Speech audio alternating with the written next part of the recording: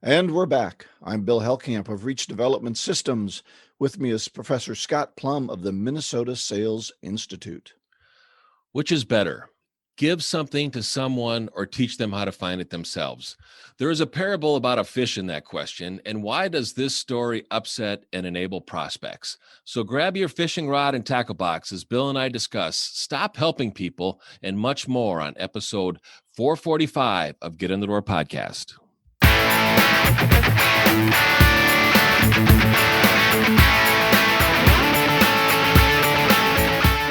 Well, we are in our book club section, and the book is Psycho-Cybernetics by Dr. Maxwell Maltz. If you haven't picked that up, we're only on chapter 3, so you have time to catch up, and it is a terrific book, one of the seminal books on developing your mind in order to develop your success direction.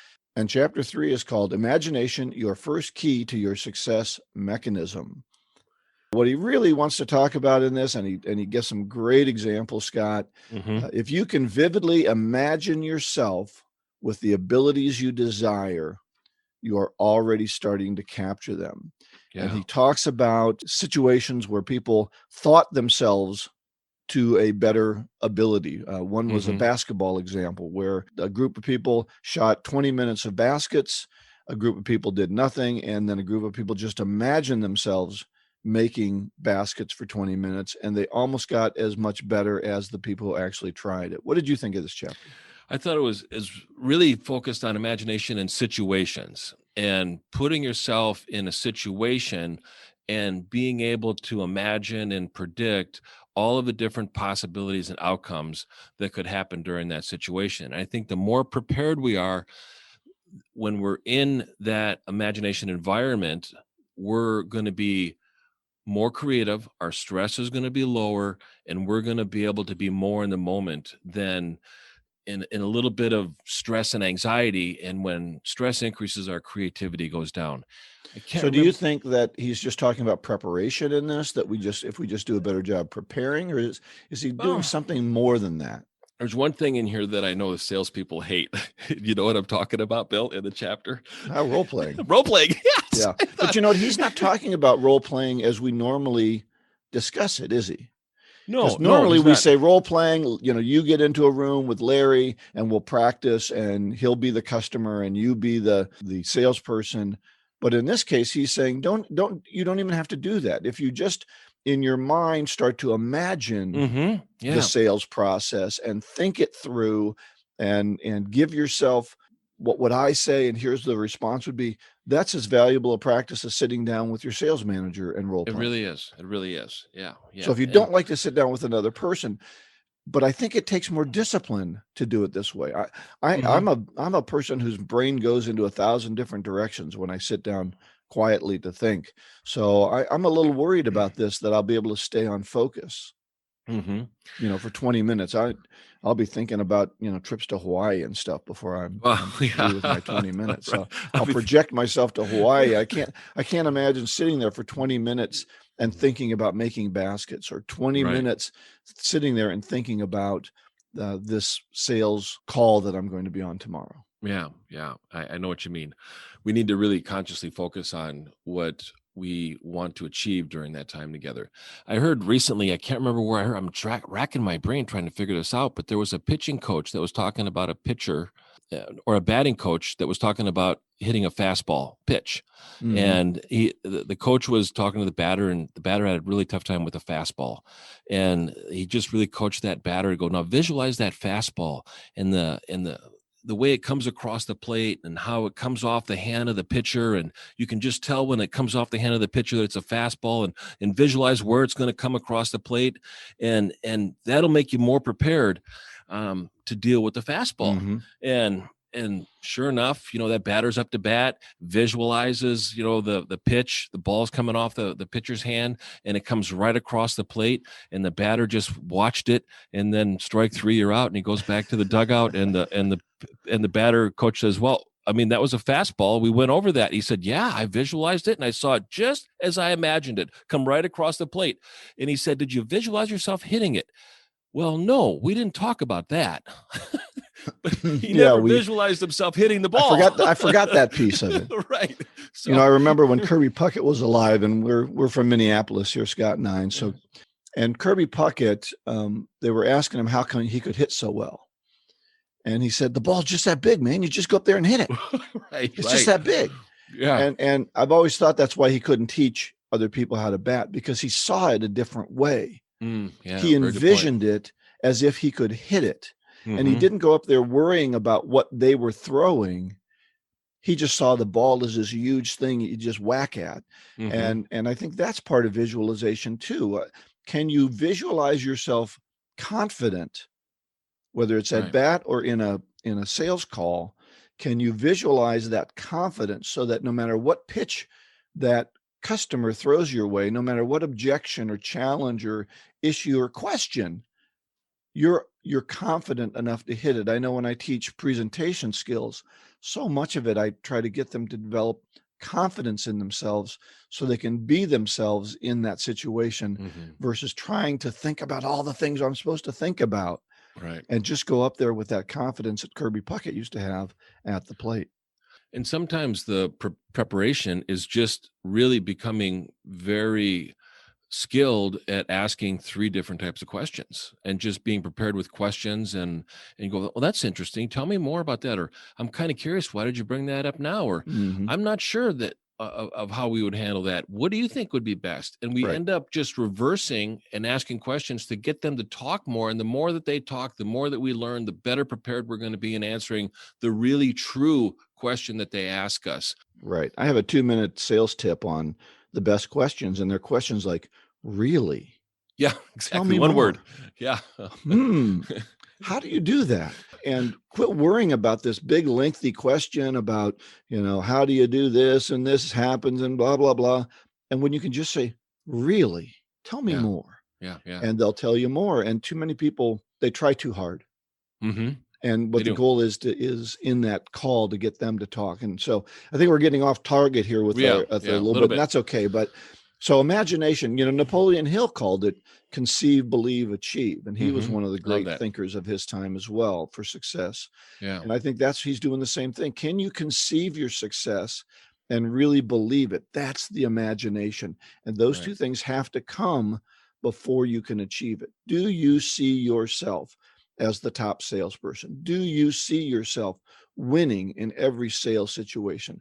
Or do you go into it with a fear that someone else is better or your product isn't as good or whatever? Conceive, believe, achieve. Right. He writes in the book, do not say to yourself, I'm going to act this way tomorrow. Just say to yourself, I'm going to imagine myself acting this way now for 30 minutes today. And there's never a bad day or a bad time to start a good habit. There's never a bad time to see yourself in the present. And when we start seeing ourselves in the present, we start acting as if we were in the present. Say, I weigh X, which is your goal. And then when you start saying, I weigh X, or I make this amount of money, guess what? You're going to behave in a manner that is in collaboration with that particular goal. You're going to see yourself in the moment doing that. Absolutely. Versus I like that. Something that you do in the future. I like that term, act as if. And I think that one way to help you act as if is a affirmation card. Do you have an affirmation card? Almost everybody that has created success out of almost nothing has had an affirmation card that they believe help build their imagination, their conception of themselves. And it allowed them to project themselves into future success by believing they were successful now. And as you say, then acting in that way because they started to believe that's who they were. And then I think you've said before, you can't act in a different manner than you believe. Right. You cannot outperform a negative self-image. And that's something that I want to say in every episode during this book, because that's exactly what Dr. Maxwell Maltz is saying. You cannot outperform a negative self-image. And here's another sentence in the book. It says, most of us underrate ourselves, shortchange ourselves, and sell ourselves short. That's very normal for all of us to do that. We just live with this self-doubt. Negative self-talk is 85% of the conversation we have with ourselves. Yep. That's why when I tell people to do your affirmations, like before an appointment or something, I say, do them out loud. Yeah. Because even in your mind, if you're trying to do affirmations, hey, I'm going to be really good. No, you're going to suck. I mean, Yeah. just as fast as you say Yeah. something positive in your mind, if you have that negative self-image, that negative will come in the background. Mm-hmm. So say out loud, I'm going to do great in this appointment. I'm going to really have fun. I'm going to get along with this person. We're going to have a good time together. I'm going to ask great questions. And if you say those things out loud, you're getting an emotional response to them. Whereas if you just say them in your mind, it's more difficult for you not to be negative. Yeah. I came up with an affirmation yesterday. Change begins with I feel. And when we start thinking about I feel frustrated, or I feel like I need to know more, or I feel unprepared, is when we really start the process of change. And we start working with our emotions first, then it leads to the intellect, and then it gets to the knowledge, and then it gets the application, and then it gets the internalization. Yep. But change begins with I feel. Yeah, how you feel can have a big effect. I remember a class exercise I used to do. I haven't done it for a while, and I would have people hold their arms out, and then we would talk positive affirmations of I'm strong, I'm tough, and then you try to push their arms down, and it's very difficult to do. And then the same person, we'd start to say, I'm weak, I can't hold my arms up, my arms weigh a ton, and you could push them down much easier if they were saying those sorts of things. So it really exemplified that negative versus positive self-talk, how that can actually, even from a physical standpoint, change what you're able to do. So one last thing that I want to submit is, when you get that positive affirmation, write it out in your own handwriting. When your brain sees something that you wrote, it's got a much greater credibility. It carries a much greater impact because it's your truth. It's not something that you typed on a computer. It's something that you wrote out in your handwriting. And it's amazing when you make a shopping list on your own handwriting and then you forget the shopping list at home. Amazing how many things you can remember on that shopping list when you wrote it out. So as Dr. Maxwell Maltz says, vividly imagine yourself with the abilities you want to possess and move yourself forward. So great chapter. So I wanted to let you know that we're done with our free book drawing. We want to thank all those who signed up. And that doesn't mean you can't contact us. We really love to be contacted. Again, questions, call us or contact us on LinkedIn. We like to connect with you. But we do want to thank Mark Shanka and Dan Koch, who are the authors of Beyond Selling Value, and then the second book, Breaking the Rules, 111 Tips for Selling Value in the Area of Procurement. So if you didn't get one of those books, they're still great books. So pick those up if you have a chance. This segment of Get in the Door podcast is brought to you by The Art of Prospecting, your guide to getting in the door, by Steve Kloida. Steve Kloida was known internationally for increasing salespeople's ability to make solid appointments with qualified prospects. You too can learn this essential skill by ordering a copy of his superb book, The Art of Prospecting, your guide to getting in the door. In this book, Steve shares the top strategies and tactics he has developed, implemented, and personally tested with more than 1 million sales and prospecting calls. You can get his book on the website, theprospectingexpert.com. In addition, check out his other great online resources.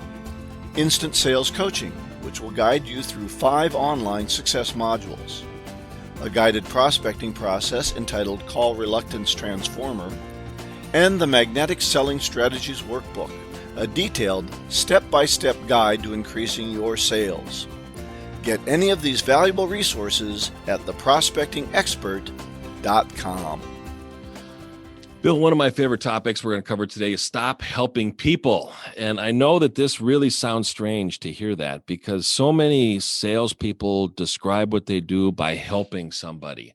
And in the opening, I talked a little bit about the saying, give a man a fish and he'll eat for a day, teach a man to fish and he eats for a lifetime. Very famous quote. And the quote was actually written in the 1800s.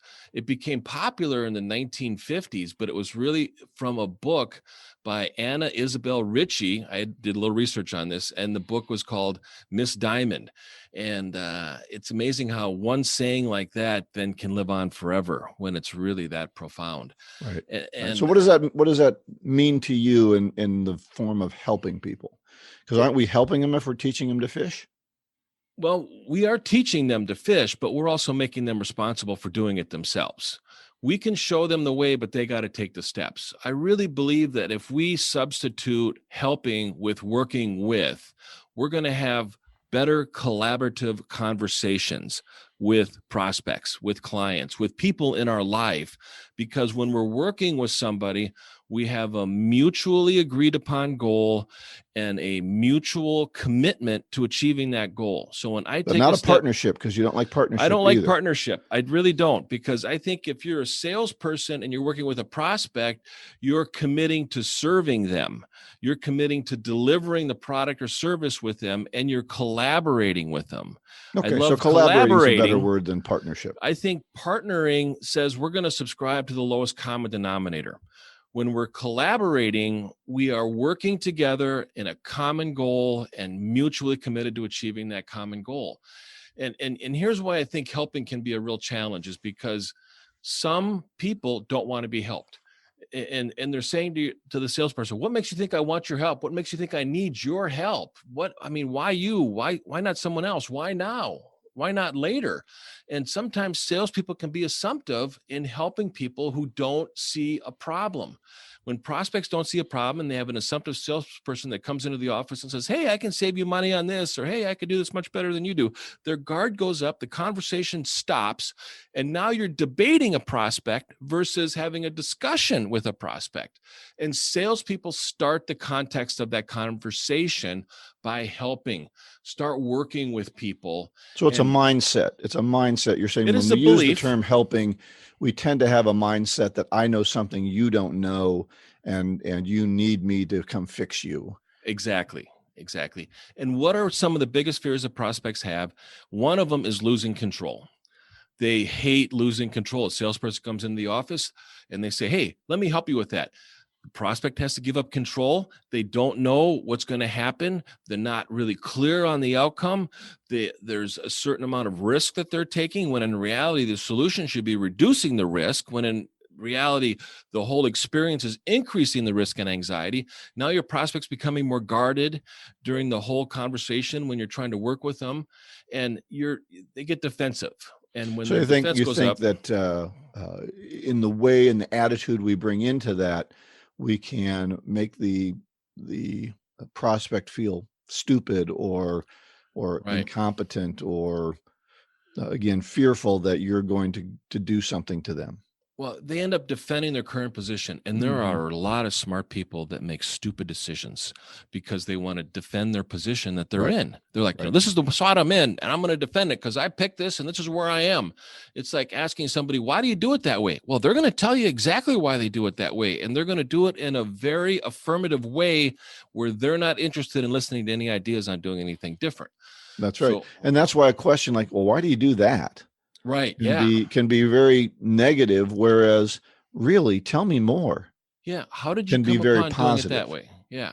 What kind of results have you seen by doing that? Yeah. And let them trap themselves, perhaps. Mm-hmm. So any question that begins with why can be rephrased to begin with how or what. Right. How did you decide to do that? Or what made you decide to follow that process? What's the saying? A person convinced against their will is of the same opinion still. Oh, that's good. So if we can strong arm them and trap them and make them feel bad, doesn't mean we're going to get the deal. Right. Also, helping is enabling. It's really taking the ownership of the problem away from somebody, and you take on the responsibility of adopting it. When in reality, the prospect needs to go through the pain of the outcome in order for them to adopt a new behavior or a new solution that they can take responsibility for and credit for. I mean, they get to have the credit for that because they made that decision.